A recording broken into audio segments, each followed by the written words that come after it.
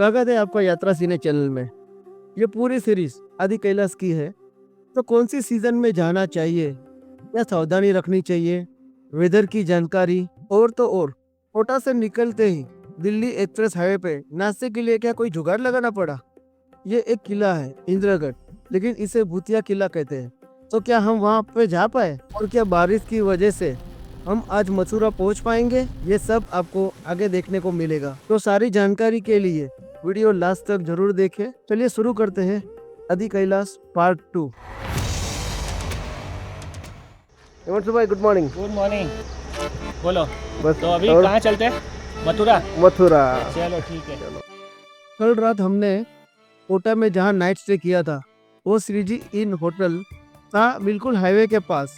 लेकिन मैप साहब ने तो हमें सीधे दिल्ली एक्सप्रेस हाईवे पर पहुंचा दिया और अब हम एक्सप्रेस रोड पर एंटर भी हो चुके थे। पर असली समस्या अब शुरू हुई ब्रेकफास्ट की, क्योंकि इस वक्त एक्सप्रेस पर कोई इतना डेवलपमेंट नहीं है। ना कोई ढंग का ढाबा, ना कोई रेस्ट एरिया, ना चाय की खुशबू। अब गाड़ी तो सर पर दौड़ रही है और पेट में भी गाड़ी चलने लगी है। चलिए अब आपको आज का पूरा रूट मैप से शेयर कर देते हैं। कोटा से निकलकर पहले सवाई माधोपुर पहुंचेंगे और वहां से सीधा मथुरा की ओर रवाना होंगे। गाड़ी चलाते चलाते हिमांशु भाई बोले, यार मैप तो हमें तेज रास्ते पर ले आया, लेकिन नाश्ते का रास्ता कौन बताएगा। सफर लंबा है लेकिन दिलचस्प है, और देखना यह है कि अब ब्रेकफास्ट का जुगाड़ कब और कैसे होता है। कुछ दूर से हमें एक रेस्ट एरिया दिखाई दिया गया, साथ में जियो बीपी का पेट्रोल पंप भी नजर आया।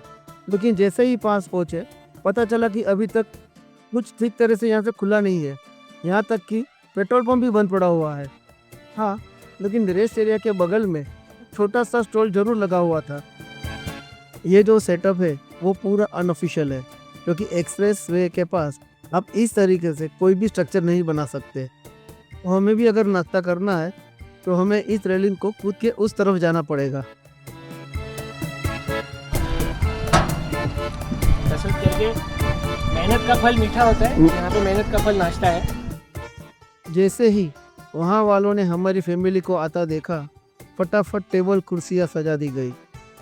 हमने जाकर पूछा, भैया अभी गर्मा गर्म क्या मिल सकता है। जवाब आया, आलू के पराठा बनेंगे लेकिन 10-15 मिनट लगेगा।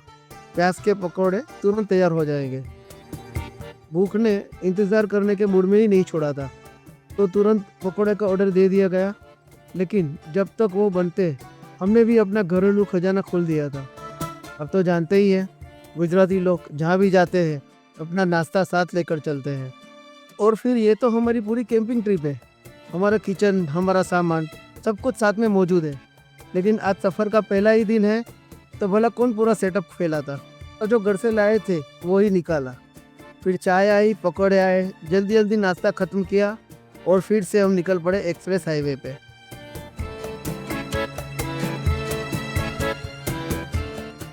चाय नाश्ता तो हो गया था, लेकिन दिल की इच्छा अधूरी रह गई थी, कचौड़ी खाने की। थोड़ी दूर चलने के बाद पता चला कि इस एक्सप्रेस का बना हुआ यह हिस्सा यहीं तक है। आगे जाने के लिए हमें बाहर निकलना पड़ा और हम फिर से स्टेट हाईवे पर आ गए। लास्ट एपिसोड में हमने आपको 2 टिप दी थी, तो चलिए आज की एक इम्पोर्टेंट बात बताते हैं। आदि कैलाश में कभी जाना बेहतर होगा। तो आप देख लीजिए, आपकी स्क्रीन पे ही है। आप मई और जून और सितंबर और अक्टूबर में जाओ, और आप अवॉइड करो जुलाई और अगस्त में। तभी बारिश की वजह से लैंडस्लाइड ज़्यादा होती है और आपकी यात्रा में रुकावट हो सकती है।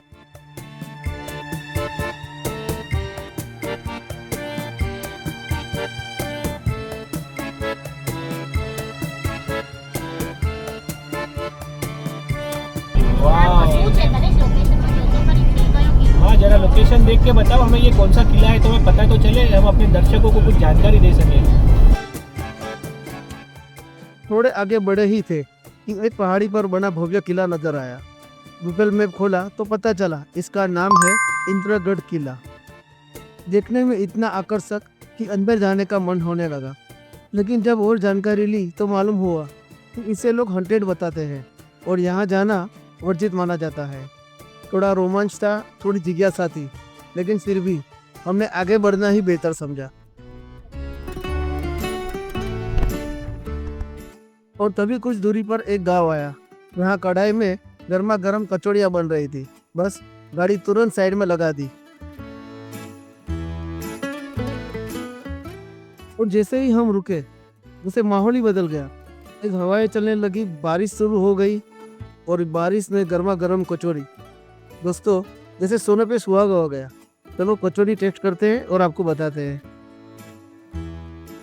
नमस्ते भाई, कैसा है? अच्छा है। राजस्थान का कचौरी खाने मिल गया। हाँ, फाइनली मिल गया। सुबह से निकले तब से कचौरी कचौरी ढूंढ रहे थे, अब बारिश के बीच में कचौरी खा रहे हैं। गाइस, बारिश देखिए, इतनी जबरदस्त बारिश के साथ पवन। और मुक्ता टेस्ट किया अभी? मजा आया। तनिष भाई, कैसा लगा? बहुत अच्छा है, बहुत अच्छा। मयूर भाई, आपको? अरे पहले मजा आ गया, कब से चटनी की कचौरी की तरह। कचौरी की आखिरकार कचौरी और समोसे की जो हमारी क्रेविंग थी वो यहीं आकर पूरी हुई। हमने यहाँ इतना बढ़िया नाश्ता किया कि उसे नाश्ता कम और लंच ज़्यादा कहना सही होगा। पेट भरने के बाद हम फिर से निकल पड़े और वापस पहुँच गए मुंबई दिल्ली एक्सप्रेस हाईवे पर। लेकिन सफ़र इतना आसान नहीं था। बारिश अभी भी हमारा पीछा छोड़ने का नाम नहीं ले रही थी। उल्टा बारिश और भी तेज होती जा रही थी। कुछ देर बाद बारिश थोड़ी धीमी जरूर हो गई, लेकिन तभी हमें रास्ते में एक छोटा सा ब्रेक लेना पड़ा। मयूर भाई के बेटे को वॉशरूम जाना था, इसलिए हमने गाड़ी एक जगह साइड में रोकी। बारिश भले ही रुक गई थी, लेकिन आसमान में अभी भी बादलों से ढका हुआ था। इस बीच हमने भी थोड़ी फोटोग्राफी कर ली। वहाँ पे पहाड़ पे कोई सफेद मंदिर है, कौन सा मंदिर है समझ में नहीं आ रहा है। चढ़ के जाना पड़ेगा, ऊपर गाड़ी नहीं जाएगी। रास्ते में अभी फिलहाल मंजिल हमारी आदि कैलाश है, तो हम ये सब छोटे मंदिरों पे दूर दर्शन करके ही आगे बढ़ेंगे। कुछ देर रुकने के बाद हम दोबारा एक्सप्रेस पर लौट आए। रास्ते में एक दो जगह ऐसे इंटरसेक्शंस भी आए जहाँ हमने थोड़ी देर के लिए एक्सप्रेस से बाहर निकलना पड़ा और फिर थोड़ी ही देर में हम वापस एक्सप्रेस से जुड़ भी गए। दरअसल अभी ये एक्सप्रेस वे पूरी तरह से तैयार नहीं हुआ है, इसलिए कुछ हिस्सों को फिलहाल चालू किया गया है और बाकी काम अभी जारी है। लेकिन कुछ समय बाद हम आखिरकार एक्सप्रेस वे से पूरी तरह से बाहर आ गए और जैसे ही हम बाहर निकले हमारा स्वागत राजस्थान पुलिस ने कर दिया। उन्होंने अपनी स्पीड कैमरा वैन बिल्कुल ऐसी जगह खड़ी की थी जहां एक्सप्रेस वे से आने वाले ज़्यादातर लोग स्पीड में ही आते हैं। हमारी गाड़ी की स्पीड भी करीब 90 किलोमीटर प्रति घंटा थी, जबकि यहाँ की स्पीड लिमिट 80 किलोमीटर प्रति घंटा थी। बस फिर क्या था, हमारा चलन कट गया। हालांकि हम सबकी यही कोशिश रहती है कि हम सड़क पर चलते समय सभी यातायात नियमों का पूरी तरह से पालन करें, लेकिन कभी कभी सफ़र में इतनी छोटी मोटी गलती हो जाती है।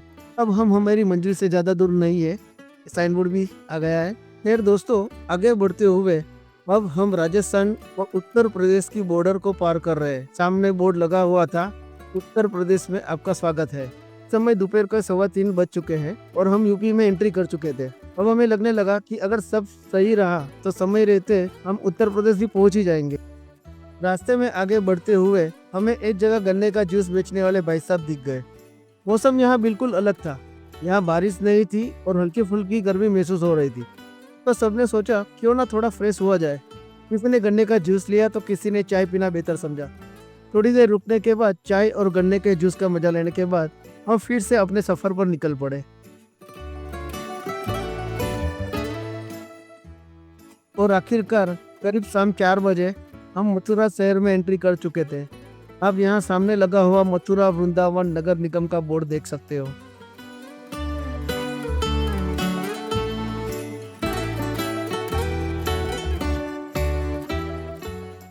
हम मथुरा सिटी में भी एंटर कर चुके हैं और अब मेरा अगला टारगेट था मथुरा में रात रुकने के लिए एक अच्छा सा होटल ढूंढना।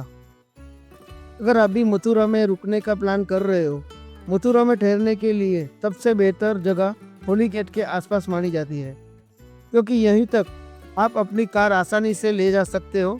इसके आगे का जो इलाका है जैसे विश्राम बाजार और आसपास की गलियां वो काफ़ी संकरी और भीड़भाड़ भरी रहती है। दरअसल इस पूरे इलाके में पुराने समय के जो मंदिर और घाट बने हुए हैं, इसलिए यहाँ बड़ी गाड़ियाँ का जाना अलाउड नहीं है।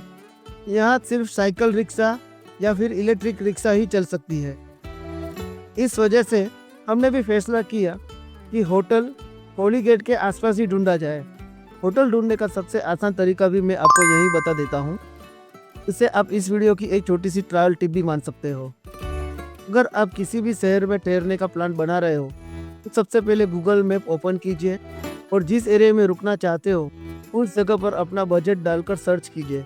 उसे करते ही उस एरिया के आसपास के जितने भी होटल आपके बजट के हिसाब से उपलब्ध होंगे उनकी पूरी लिस्ट आपके सामने आ जाएगी। मथुरा नगर निगम के कार्यालय के ठीक सामने होटल गोवर्धन पैराडाइज हमें यही ट्रिक से मिल गया। होटल के सभी कमरे ऐसे साफ सुथरे हैं और सबसे बड़ी बात कि उनके पास 3 बेड वाले फैमिली कमरे भी अवेलेबल है। सबसे अच्छी बात यह रही कि यहाँ हमें पार्किंग की सुविधा भी मिल गई। हालांकि पार्किंग रोड के किनारे ही थी, लेकिन मथुरा जैसे इलाके में इतना मिल जाना भी काफी बड़ी बात है, क्योंकि यहाँ की गलियाँ काफी संकरी और भीड़भाड़ वाली है। राधे राधे। राधे राधे।